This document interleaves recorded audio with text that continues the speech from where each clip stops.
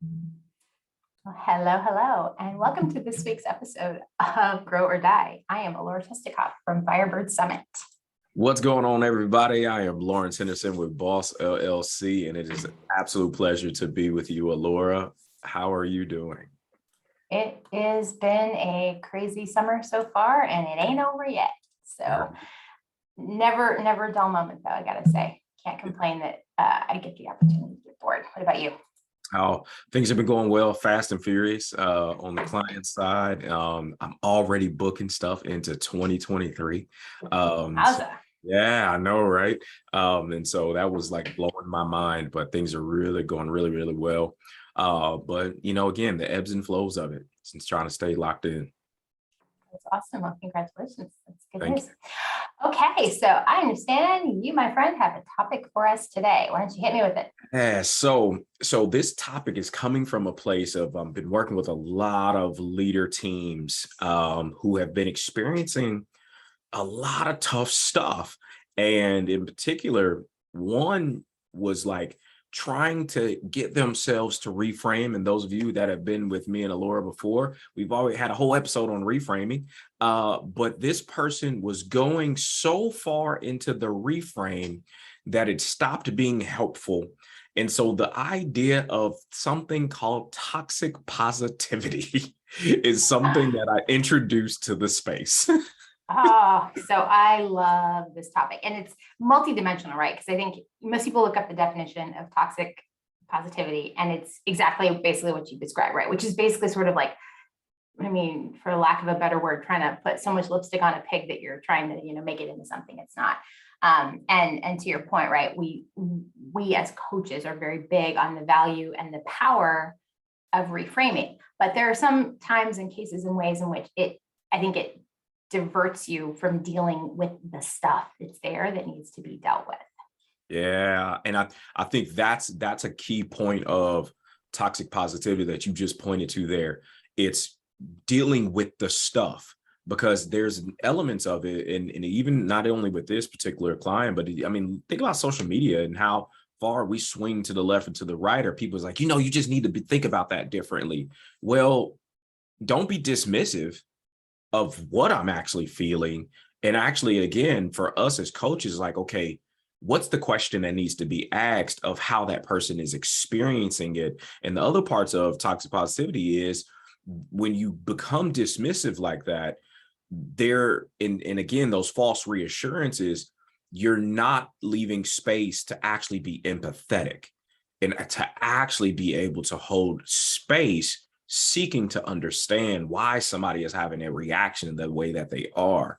And so for me, when I think about just this topic, and I think about, the things that I've needed over the past several months with, the ebbs and flows of emotions, and me trying to check in on myself of, dude, it's okay not to feel okay. And I think that goes against so the things that have become norms for us to be like, you need to be positive. You need to be positive. Okay, I can, but guess what? Right now it hurts. And it's okay for me to acknowledge it hurts. But what do I need to do to move forward? And I think that's the part where people, we oftentimes don't get to. And it just becomes toxic to where people just want to disengage altogether. Well, and I think it also, I think a lot of it also stems from a really strong preoccupation with, the idea of being happy. And I think this is and it's so funny. So I think I've told you before, like my old business partner and I used to get into like these sort of like big debates, because he would really kind of make a strong case for, why happiness was an important goal. And I was super dismissive. I'm like, no, I have such a hard time with it for a number of reasons, partially because I feel like a lot of times it gets too trivialized, like what makes you happy, right? It's not like, we're not talking about like, oh, hey, I got like 40 likes on my post on social media. It's like, it's like, okay, like, let's get back to like what I think the limitations of the English language here kind of hurt us, because happy, it's like love, right? It's like you can love a Big Mac, and you can love your dog, and you can love your mom, and you can love a sunny day. It's like, like the fact that the Greeks had like, more than a dozen words for love is, I think, a much more sane way to kind of deconstruct this. And I think happy is kind of the same sort of thing, right? And I think we take that and I think that's what toxic positivity a lot of times is we're taking it too far. We're taking it out of the realm of, okay, like the things that make us truly happy. And I like to a lot of times swap out the word like satisfied and feel a real sense of legitimate satisfaction in our lives, right? Are the meaningful relationships and meaningful work and things that we feel connect us to other people that are important to us and things like that, right? It's not, oh, hey, I'm just all blissed out right now because I, whatever, got, a free Whopper in the, coupon in the mail. Like that's not the same thing. They're not equal in that way. And I think part of what you're talking about with the idea that, oh, you have to reframe it is this sort of obsession with the idea that we're just supposed to be happy, which, let's be clear, all emotions exist only in contrast to their counterparts, right? Like if you're happy all the time, you're probably on cocaine. And beyond that, you're going to need more and more hits more and more frequently in order to even come close to staying there. There's a reason for that. You need the balance. And you have to experience that whole spectrum for happiness to really mean anything in the first place. But to your point about, this whole idea of, well, let's just reframe it. Let's just reframe it. It's like, okay, yeah, there are times and places for reframing, and there are times and places where it actually doesn't help. So maybe we start this way. So in the conversations that you're having, where do you see, where's the line that you see between like a useful reframe, something that's helpful, versus, all right, you just jumped the shark with that?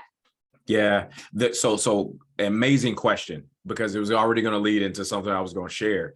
When it's helpful, if the reframe is pointing them towards growth and moving forward, utilizing what they're experiencing as fuel, it stops being helpful when it removes the opportunity for understanding, consciousness, and awareness to support growth. When it's not a growing opportunity and it's just a kind of, you know what, I don't want to feel bad anymore. I don't want to feel guilt about that anymore. So I'm just going to thumbs up, smiles, unicorns, rainbows, and pixie dust. Like, that's not helpful, right? And it just, and like in the face you just made, it feels icky. And if I can go as bold as say, it's a form of gaslighting yourself a bit, or a situation when, and again, it's just a harmful way of communicating, to just thumbs ups and smiles it all the time. It's just like, that wasn't helpful for me. Like it did hurt. And you're giving other people a message there that I think is really the problematic piece, right? Because if you are not able to deal with or process or handle things getting complicated, then what you're actually telling people is that they can't trust you with hard stuff. And I think this is where it becomes really important to keep in mind the message we're giving the people around us. And now, look, there may be plenty of people that you don't want to have to deal with their hard shit. Like, screw it. I don't like, like Brene Brown always talks about how, like, it's really important to just share with the people who've earned the right to hear your story. Like, that is a meaningful distinction right there. So there are plenty of people, right? It was funny. I was listening actually to Ezra Klein, who's one of my favorite podcasters, earlier this week, and he was talking about how, people ask, how are you? And your knee-jerk reaction is fine. And he recently had somebody stop this before he could, answer fine, and say, no, don't give me this fine. Like, I want to know how you really are.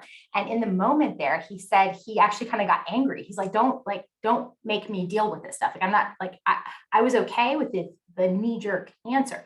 And I think that's where we start to have to make a real distinction, right? Is that knee-jerk answer that keeps people at bay, the kid who checks me out at the grocery store, asks me how my day is going. I'm not going to go into a litany about, selling the house and my husband in the hospital. Like, no, that's just not, it's not fair to him. It's not appropriate for me. It's just not, that's not that dynamic. And it's really unhelpful. And you see people do it, right? Especially people who are really lonely, who live alone, where these poor kids can't get them out of the grocery store aisle, or like, they corner somebody and then you can't, and you're like looking at, and you're watching the scene, and you're like watching this poor person who's like kind of been held hostage by this person who just wants to talk. And I think that's where we start seeing how our behavior tells other people how they should or shouldn't trust us and how much they should or shouldn't trust us with. Yeah. I like that. And that even goes to say, and again, and I like that part of what can I trust you with based on how you respond or how you behave to what I share with you. And it goes to those things that, most of our listeners may have said or had said to them, again, experiencing tragedy. It could be worse. That's not helpful. Or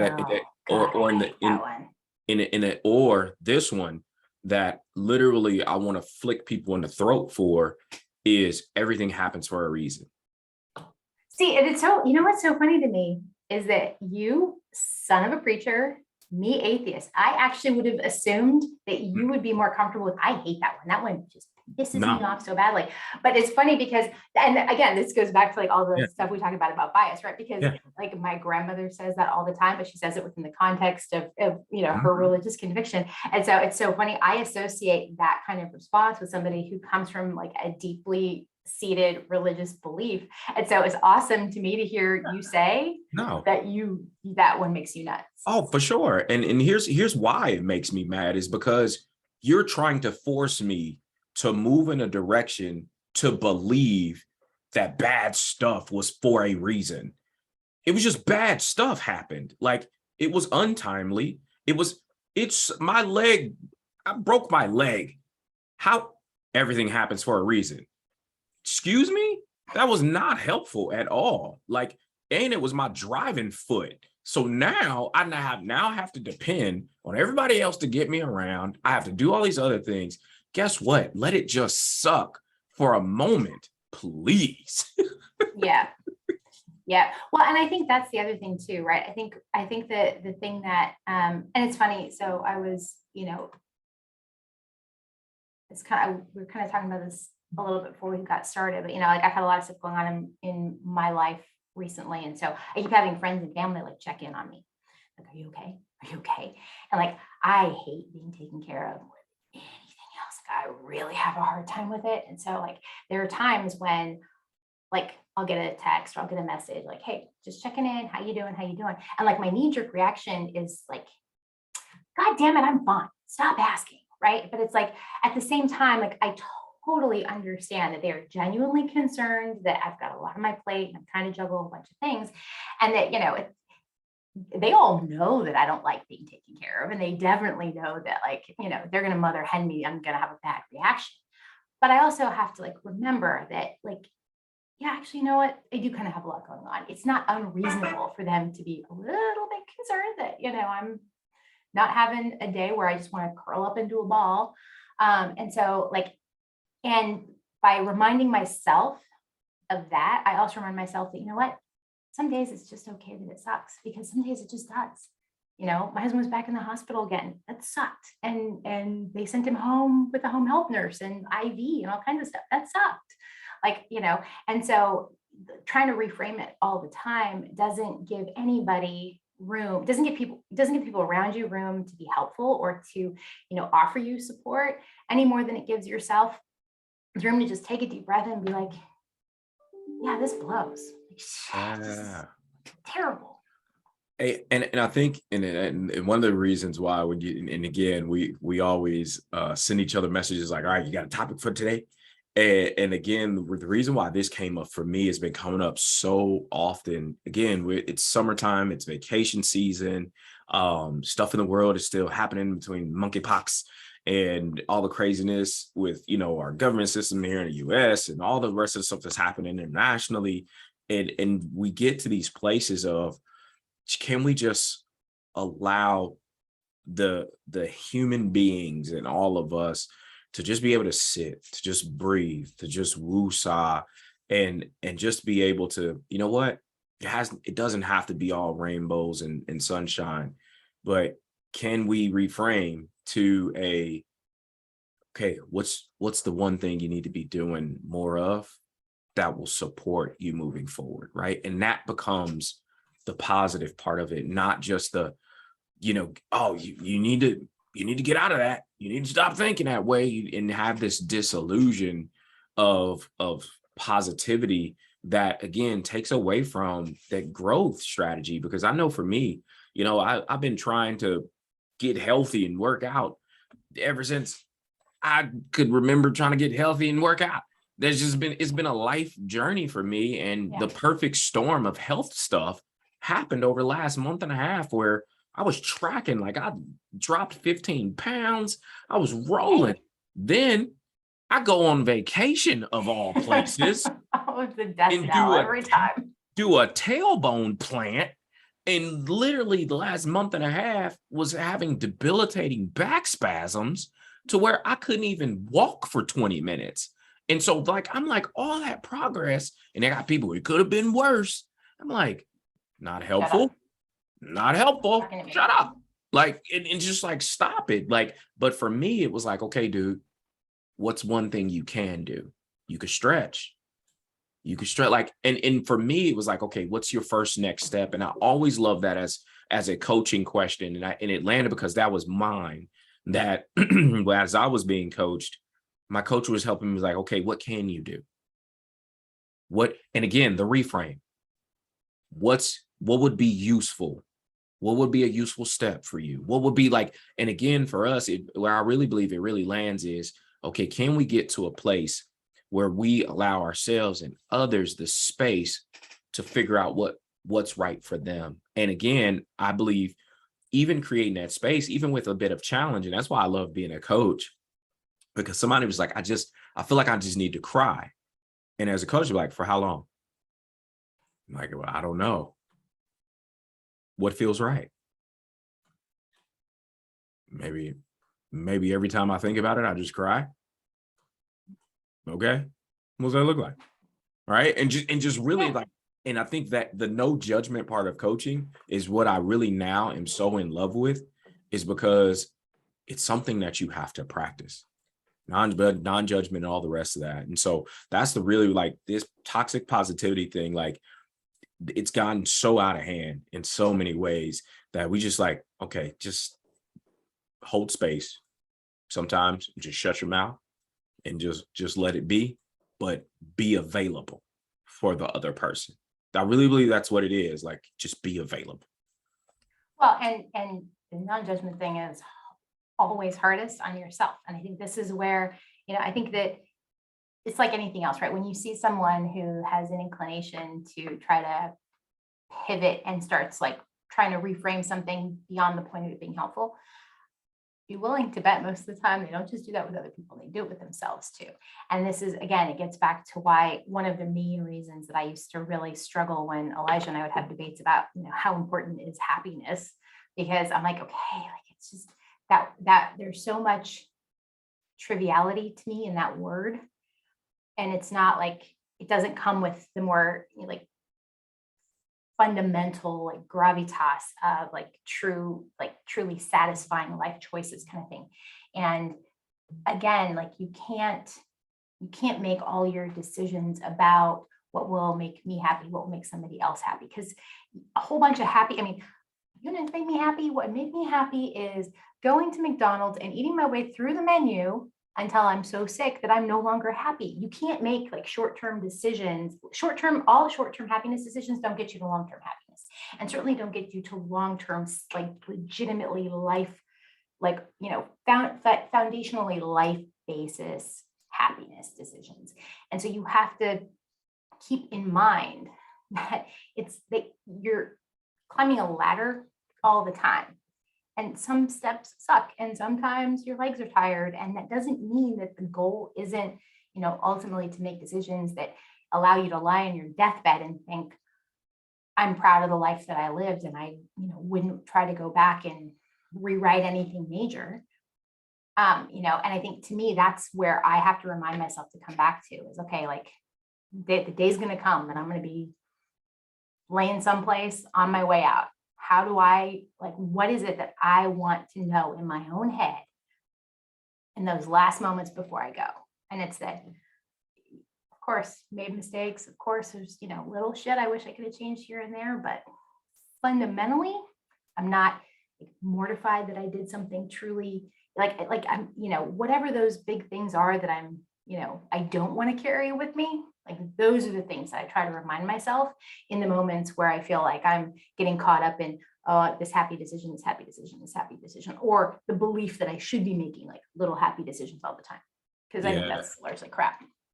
I love that. And again, as you were describing just the ladder and how you like try to go up and like, godly, I'm tired.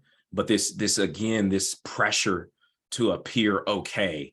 And there's a psychotherapist out of Baltimore, Carolyn Carroll, who said like that pressure invalidates the range of emotions that we're actually experiencing. And for me, as you were describing that, just climbing that ladder, it's just, again, before I got injured and I was going to this gym, and a trainer who, again, ex-NFL football player, but it has a degree in kinesiology and all these other things. Like he had a separate workout for me because I was already injured and working myself back to form. He would tell me to stop. He would tell me to stop running and walk because in my head, I didn't want to appear weak to the other people who were, because again, to be okay, the pressure to be okay, like feeling this distress to kind of fake it till it make it. And he's like, no, I don't want you to re-injure yourself.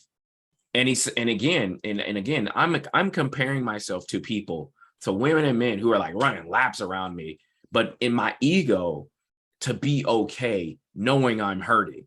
Like think about that. Like you are literally putting yourself in the position to hurt even more by And or not like taking care of it. and And permanently damage yourself.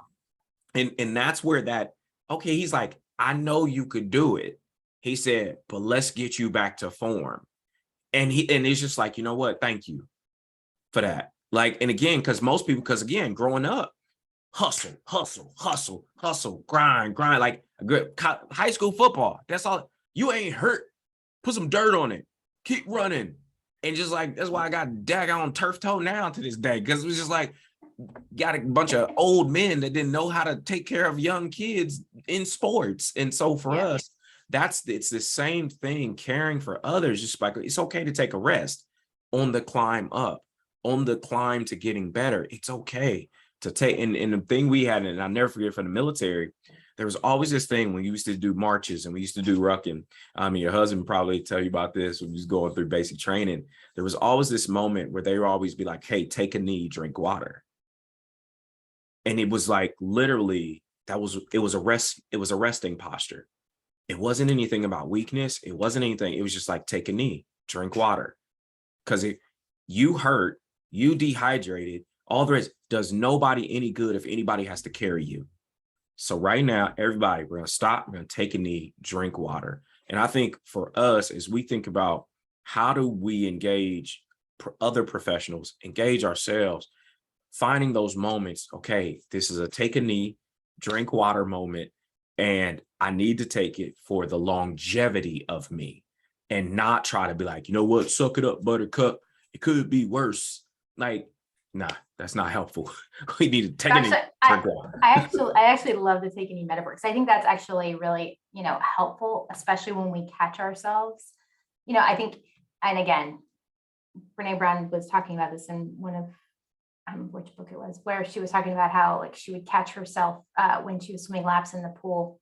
She would catch herself pacing the person next to her, even though like they're like 20 years younger and like an amazing, racing shape and everything, until she realized that she was like ripping out her rotator cuff again. like, okay, maybe I gotta cut that stuff out.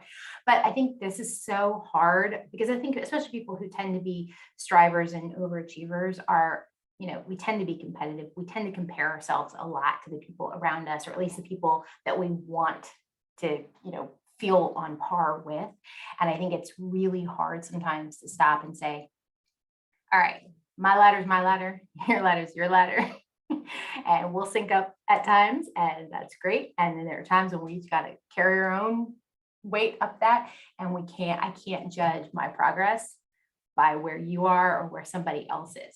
And that can be, I think, the hardest part. And again, I think that comes back to some of the reasons that we see this inclination towards, toxic positivity in this way, because either we're comparing ourselves or we're looking around at this whole like culture that's become obsessed with, being happy. And it's like, well, I'm not doing that, so I have to find a way to do that. And then I come back to my original point, which is that happiness is only happiness when you can counterbalance it against the things that give it depth. What gives happiness depth is sadness or tragedy or, raw, harder emotions. That's what makes happiness acute. That's what makes it ephemeral. That's what makes it worth going after. Is that, like, you have to have that contrast. It doesn't exist in a vacuum. And so trying to dress something else up as that doesn't actually help on any level. Never mind, it kind of makes you look like a putz. Yeah, and I love the way you just described it's the counterbalances of it all, right? If you only try to force yourself in the happy bucket, then you discount the data points of sadness, of hardship, and all the rest of those things. So when you actually do truly experience happiness, you're actually like, am I really experiencing happiness? Or is this a part of what I've been telling myself is happiness? And so it becomes so unconscious or just kind of rudimentary that everything it's like praise in the workplace, right? It's just like you can't high five and hug everything, right? So recognition needs to be targeted, it needs to be specific, it needs to be timely and actually about something. It's the same thing with, what is happiness? And I really believe in again, the society that we live in, I mean, everybody has been pushed towards this whole, kind of we gotta glorify this, people feeling good about themselves and all the rest of this stuff. Like, I get it.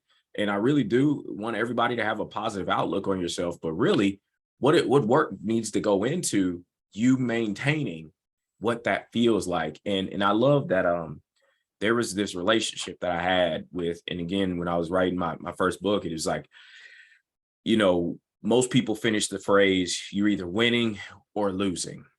And for me, the losing part I had a negative reaction to the word loss, because when I think about loss, I think about death. And so I had a very hard relationship with that. And I was like, okay, what's my reframe? Okay, I'm either winning or I'm learning how to win. And so that was palatable for me, because now it made me look at things that were hard, the things that made me tired, the things that hurt me. It made me look at them, okay, where's the learning opportunity, so that I can use it as fuel and not get so positive in it. Like, you're either winning or learning how to win, and like, get back to it. But it was like, okay, evaluate the stuff that's happened that have kept you from, and like you said, from that pure happiness, from those things. Learn, okay, what stopped you short? What things do you need to go after, so that you then can find out what's essential. And for me now, understanding in this season of life has really, like, I've really been like honing in on, okay, in this season of life, what do I need to feel whole, to feel cared for, to feel nurtured, and all these different things. And I think getting people to move and like to really, what makes sense for me to navigate through this, so that I then can move towards the goals of feeling good about the life that I'm living, and not just like having this expectation of positivity all the time. Like, Well, and I think you said something really important there that we also forget, is that just because, we used to be okay with something, or something used to work for us, doesn't mean it still does. And there's no reason it should. And I think this is so hard sometimes. And, it's like, there are places where it gets really messy, right? Because sometimes it's the person you married, once upon a time, there was plenty of reasons that you made that choice, but over time, that might not be the right choice anymore. And I think it's really hard to sometimes admit it. And it doesn't mean you were wrong. And it doesn't mean that you made a wrong choice at that time. I mean, it could, but that doesn't automatically have to mean that, right? People change and people move in different directions throughout time, and you can't predict that. I think people who are able to find someone, and then, they can grow and continue to actually have a compatible relationship over the course of 6 years. I think that's freaking amazing. And I think it's super, super difficult to do. But I think it's, also not always possible. And there are perfectly legitimate reasons that can be the case. So I think people getting so attached to, well, I've always been able to do this, like you working out, right? I've always been able to do it. I've always been able to keep up with everybody on the run. I've always been able to. It's like, that's like the whole, don't let your clients shit all over yourself, problem, right? Because just because you used to be able to doesn't mean that you should now. Yeah. There's a whole book about it. What got you here won't get you there. Marshall Goldsmith. Marshall Goldsmith. Yeah, exactly. Yeah. And I love that book because it's exactly it, right? Like there's plenty of stuff that used to work, and there are reasons that it worked. There are, and there might be opportunities again for some of them to work in the future, but that doesn't mean that's going to help you today. It's not going to help you, figure out stuff that is different, and you're different. And I think we're really sometimes hard on ourselves to remember that I'm not the same person that I was 10 years ago. Like there's a whole bunch of stuff. I mean, and that's another thing I think sometimes helps me when I'm trying to kind of either reframe myself into oblivion, or I'm trying to kind of like compare myself, today to what I used to do. Is like, okay, would I even recognize myself from 10 years ago? Like if I were going to have a conversation with me of 10 years ago about like the top 10 most important things in your life, would we have the same would we be able to have a conversation? Not even close.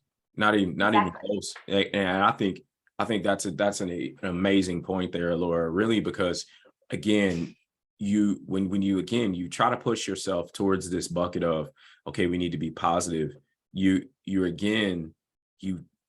negate where you are in life, and understanding that, hey, yes, once upon a time that would have been okay to do, but where are you today?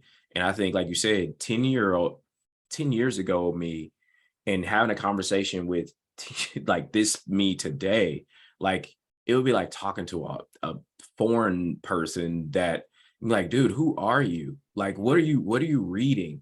Like that 10 years ago, I owned maybe 3 leadership books, and I was applying like a couple chapters out of one. Versus today, that's just like, I gotta practice transitioning and evolving into this better person, because I know it's healthier for where I'm at in life. And I think for a lot of us, figuring out, and again, everybody being entitled to their own feelings without being shamed for it based on how you would deal with what somebody is experiencing and what they're going through. Or again, that situation of, again, trying to portray emotions as good or bad. It's a data point. Something's happening. Something's wrong. So engage it, deal with it, and stop running from it, so that, again, you can identify the things that need to be addressed, and you can help yourself move forward. It's uncomfortable. And I think that's really like what most people say, try to turn the corner on the discomfort. And like, dude, all right, it's just lingering now. Like all you're doing is prolonging some things that you're going to have to deal with in the very near future. And you're just going to keep dragging that wagon. And that's it. It's not going to go away. Which is why, like, I love what you just said, right? It can be uncomfortable, it could be miserable, but it's a data point. That doesn't mean that has to define everything. That is one point. It causes you anxiety today. It causes you stress today. It makes you upset today. Okay, and maybe it will tomorrow too, and maybe even next week. But like at the end of the day, it's just one factor of so many others. And if you spend all of your time trying to kind of, iron the appearance of that out of how you're looking at something, you're not, to your point, you're just going to keep dragging that wagon around with you. It's not going anywhere. I love it. Yeah. And again, when we think about just how do we take care of ourselves in this season of life that we find ourselves in, with all the things that are changing in the world today, it's just really, really locking in and honing in on, the things that provide us the energy necessary to make it to the next moment that matters for us. And again, and really be grateful and thankful for those moments, right? And then again, along the way, for all the things. And somebody said it to me this way, and it was from a therapist talking about thank the suck that it provided you another data point and a lesson to learn. And I was like, I love that. That's awesome. I was like, that's a heck of a reframe right there. It was like call it like thank the suck, like just. Well, and I think it's funny because I think there are places where we do truly see that. I mean, I think a lot of times cancer survivors in some ways are like sort of the iconic example of that, right? Is that nobody ever wants to have to go through it.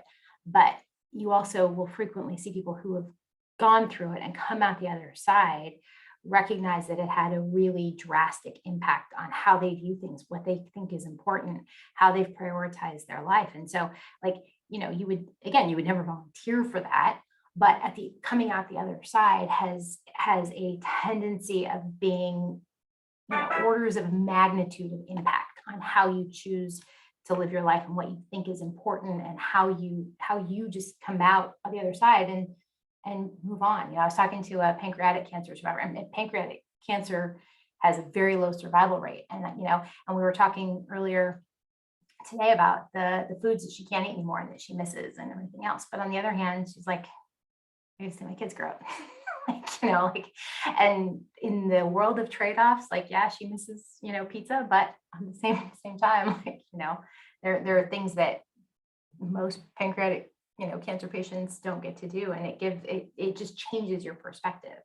And so I think that's the part that I like about, thank the suck, because you can't stop the suck from, landing in the middle of your life sometimes, and pretending that it doesn't suck, honestly, is just sort of disrespectful and to yourself and to your family and the people around you and the other people who've gone through something similar. It's like, it's okay for it to suck. Just, when it comes down to it, one way or another, you come out the other side. You might not be alive at the other side, but you come out one way or another. And if you are lucky in how you come out the other side, then you know what? Then you have the chance to look back and say, okay, you know what? Nothing about that was cool, and I wouldn't inflict it on anybody. But now that I've gone through it, I am grateful for certain things. I am committed to doing certain things differently. I do find value in things that I didn't fully appreciate before. Whatever it is, it changes your perspective, but you have to go through it first. You can't slap a happy face on it and pretend that it doesn't, because that you're not going to actually get the value out of it if you spend all your time trying to do that. Yeah, and it also reminds me of somebody I grew up with, and of course, talk about the religious folks in the space that want to, she said like this. She said, you can't pray past the process. And I was like, that's a good one too. Oh my goodness, I'll have to remember that one. Yeah. Actually, that's a good one. Yeah. Okay, so I got a question. So to wrap up, let's get a question for you. Back to Okay. the reference before. Okay, so Lawrence, 10 years ago, what's the thing you're most grateful for that you've gone through in the last 10 years that has changed you enough that the version of you 10 years ago is so unrecognizable? The acknowledgement of not taking care of the things that were in my control and not trying to blame it on somebody else. And the biggest one for me was transitioning and actually being kicked out of one of my last military schools because of a regulation that I didn't meet the requirement while I was in the school. And I wanted to be technicalities all over the place, and I was pointing fingers, but then I sat with it and I said, I left it in the hands of others to make a decision. And I said, but never do it again. What's in my control is in my control. And the biggest thing for me, what's in my control, is to take ownership and accountability. And that is the biggest shift for me, is to drink my own Kool-Aid on ownership and accountability. And that has propelled me to who I am today. And again, not as, to beat my chest on anybody, but to say, you know what, my values are active in my life. They're operational. What about you? Actually, for me, I love that one, by the way, because I think it's so funny. It actually kind of reminds me of my dad, kind of watching him kind of go through that sort of same transition over time, and him come out to a very more sanguine perspective, over the years, from the way, he used to be like a crazy hothead who just gets worked up over everything. And yeah, it's a very similar kind of transition. It's actually cool to watch. So I love hearing that. For me, I think it's probably it was the Arthur Brooks book that we were talking about before a couple episodes ago, right? Where it was really the belief that it was more important to me to have a distinctive career. And it didn't have to be about money per se, but like I liked being the only girl in a boys club. For me, it was about like that very like special status at the expense of the rest of my life. And I didn't need a life. I didn't need, a life outside of work. I didn't need to do work, like whatever. The rest of that stuff didn't matter. Like what mattered was all about work.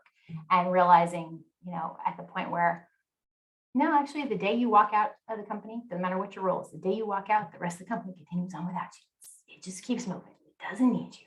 And like that was a very hard lesson for me to really internalize and realize that like I really just organized my life around some priorities that were not good choices for me at all. So this version of me talking to the version of me 10 years ago, in fact, I know the version of me 10 years ago will look at me now and be like, what the hell is wrong with you? And I'd look at her and be like, you dumb little girl. Pat her on the head and send her off. Yeah. I love it. Well, always a good time breaking these things down. Awesome. Well, it's wonderful to talk to you this week, my friend, and we will catch up soon. All right. Always take care. All righty. Bye-bye. Bye-bye.